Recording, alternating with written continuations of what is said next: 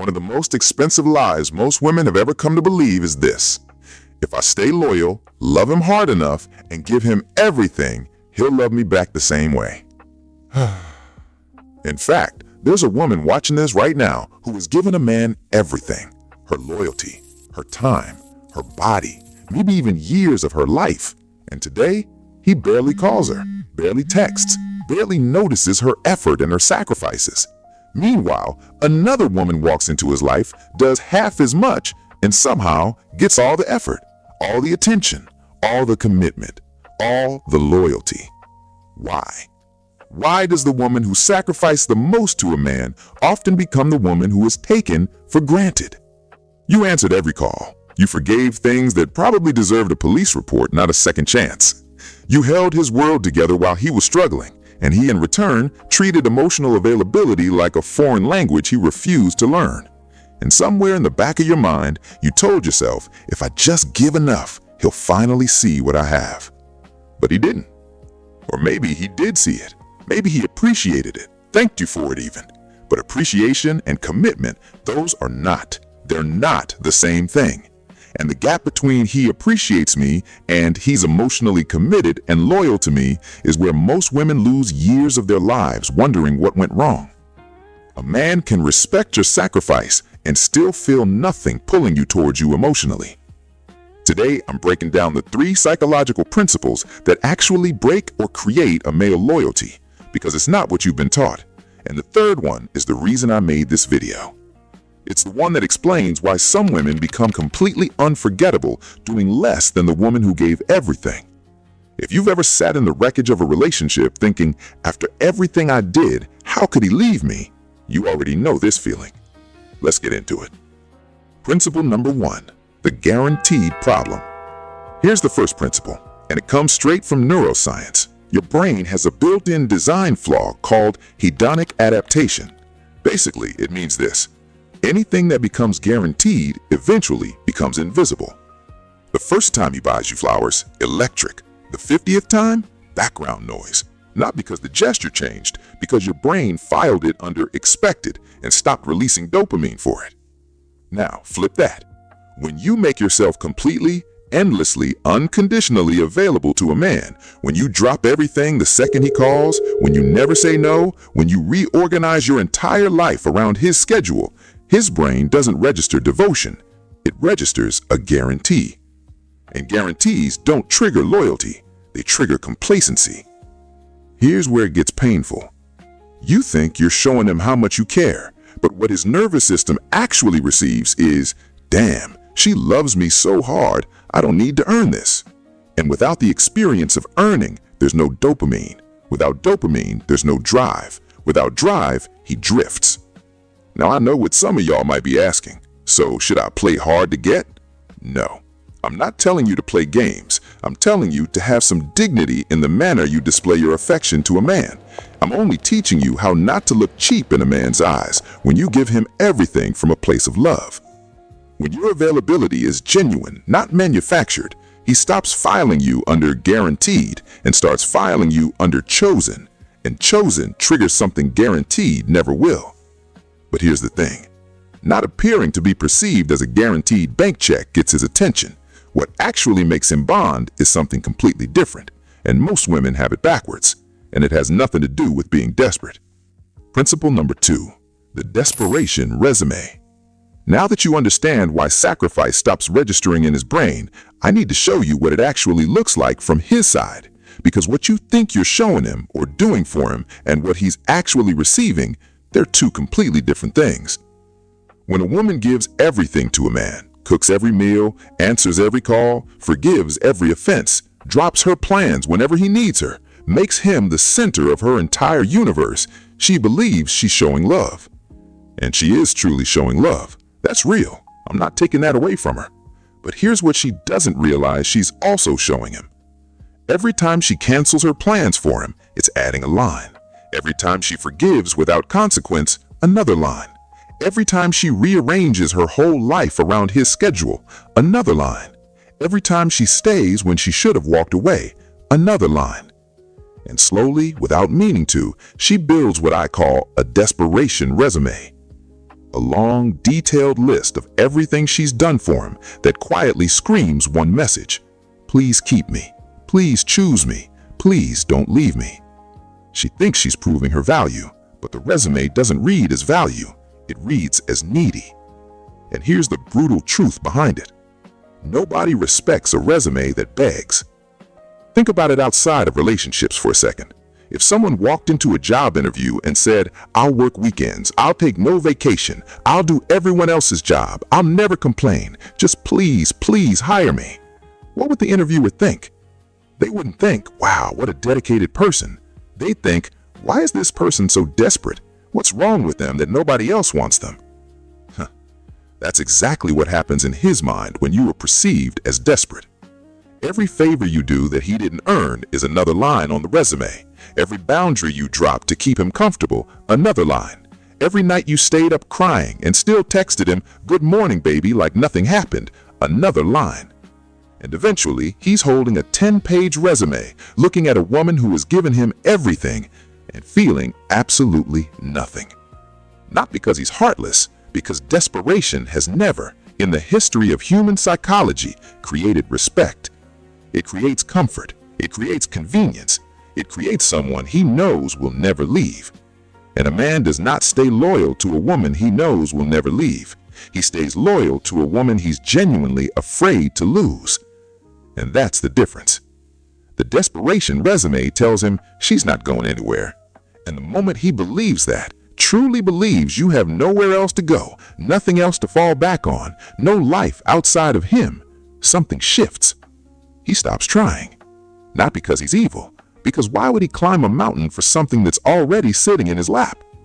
Let me show you what this looks like in real life. She texts him, "I made your favorite dinner. I also picked up your clothes from laundry, and I rearranged my Saturday so we can spend the weekend together." She thinks she just showed love.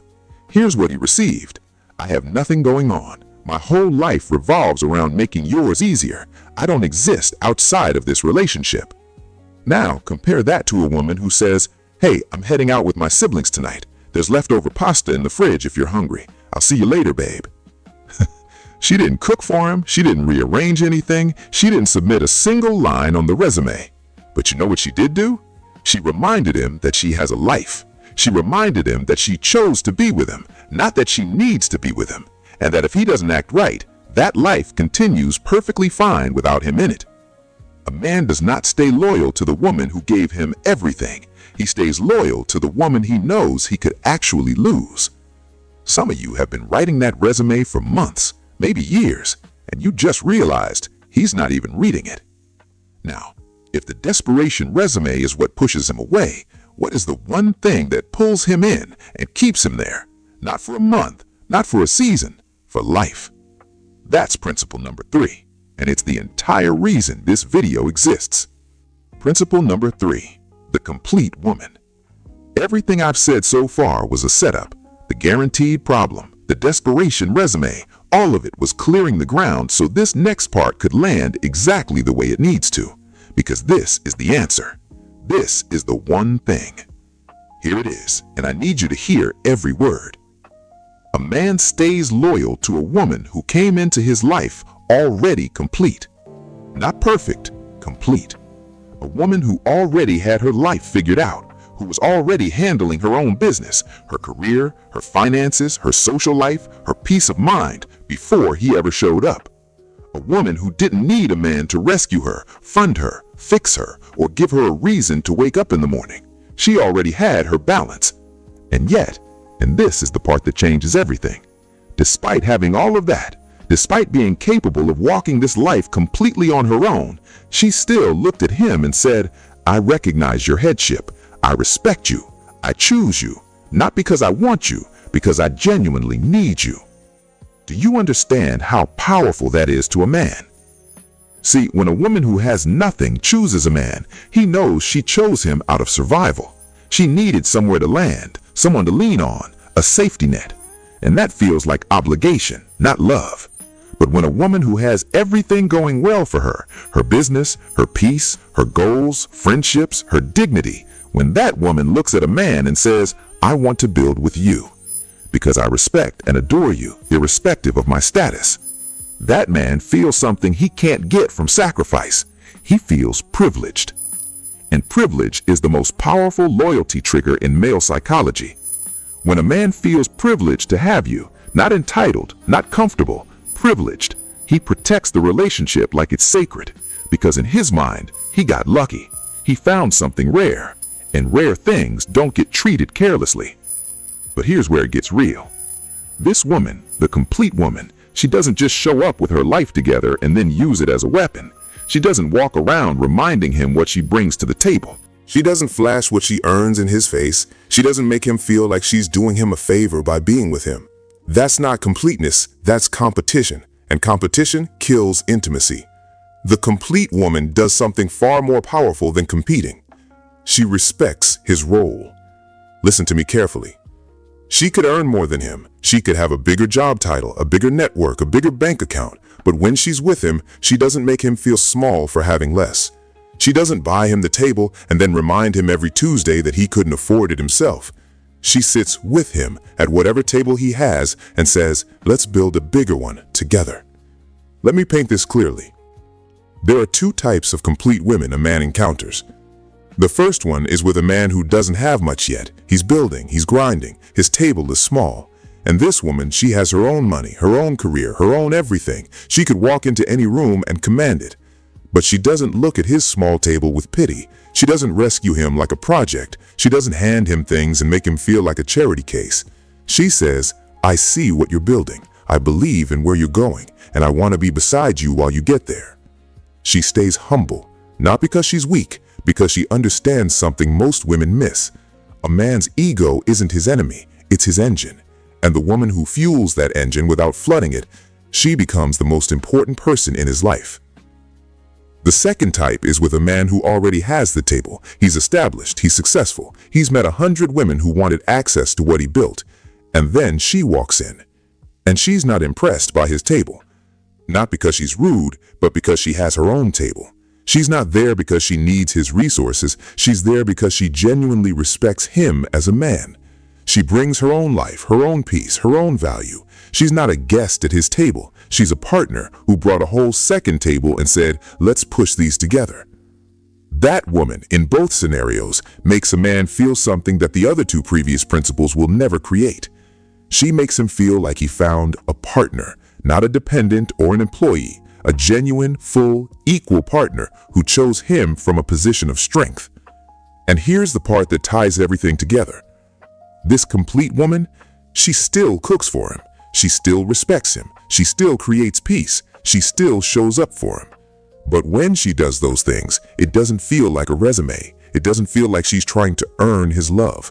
It feels like a package. A gift from a woman who didn't have to give it, who has a life full enough to walk away, but who chooses every single day to pour into this man, not out of desperation, out of genuine love and genuine respect. And that's why he won't leave, because he knows deep in his gut what he has. He knows a woman like this doesn't come around twice. He knows that if he disrespects her, she won't scream, she won't beg, she won't write a longer resume. She'll simply leave, quietly, with her peace still intact and her life still running perfectly without him. And that awareness, the real, genuine knowledge that she could be fine without him, is what keeps him loyal. Not her sacrifice, not her cooking, not her body. The fact that she doesn't need him, but she chose him anyway. And he'd be a fool to waste that. Now let me say this directly to every woman watching. If you've been the woman who sacrificed everything, who cooked, cleaned, gave your body, stayed peaceful through his nonsense, forgave when you shouldn't have, and he still treated you like an option, it's not because your sacrifice wasn't enough. It's because sacrifice without a life of your own, without boundaries he can feel, without the quiet confidence that says, I'll be fine either way, that sacrifice feels like desperation. And a man will leave a woman who does everything for him the moment he finds a woman who does those same things, but also has a life of her own, carries herself with grace and dignity, and doesn't make him the center of her world. And I'll say it again, men don't stay loyal to the woman who gave everything. They stay loyal to the woman who brought everything and could leave with it. Because at the end of the day, This generation of men doesn't respect women who see them as trophies to be won. They respect women who came into the relationship already full, already prepared, already whole, and who made space for a man not because she needed someone to fill the chair, but because she found someone genuinely worthy of sitting there. And if you're sitting here right now, realizing that you've been giving a man everything except the one thing that actually creates loyalty, your own complete, dignified, full life, you're not too late. You're just informed now.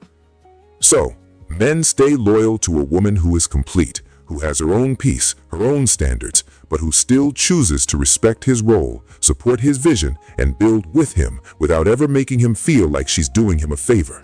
She's not a burden, she's not a fan, she's not desperate, she's a partner. And the fact that she could leave at any time and be perfectly fine is the exact thing that makes him never want to let her go. That's the one thing I'm talking about here. Not sacrifice, being a complete woman. So tell me, which of these three principles hit the hardest for you? The guaranteed problem, the desperation resume, or the complete woman status? And be honest, are you currently pouring into a man who has the capacity to receive it, or are you trying to fill a cup with a hole in the bottom? Tell me in the comments. I read every single one. If this shifted something in you, share it with a woman who's still convinced that more sacrifice is the answer. She needs to hear this. Subscribe so you don't miss what's coming next. And if you want to know the exact moment a man secretly decides you're the one he can't live without, the moment it actually locks in his brain and he stops looking, that's the next video. This is Love Breed, and in everything we do, we let love breed.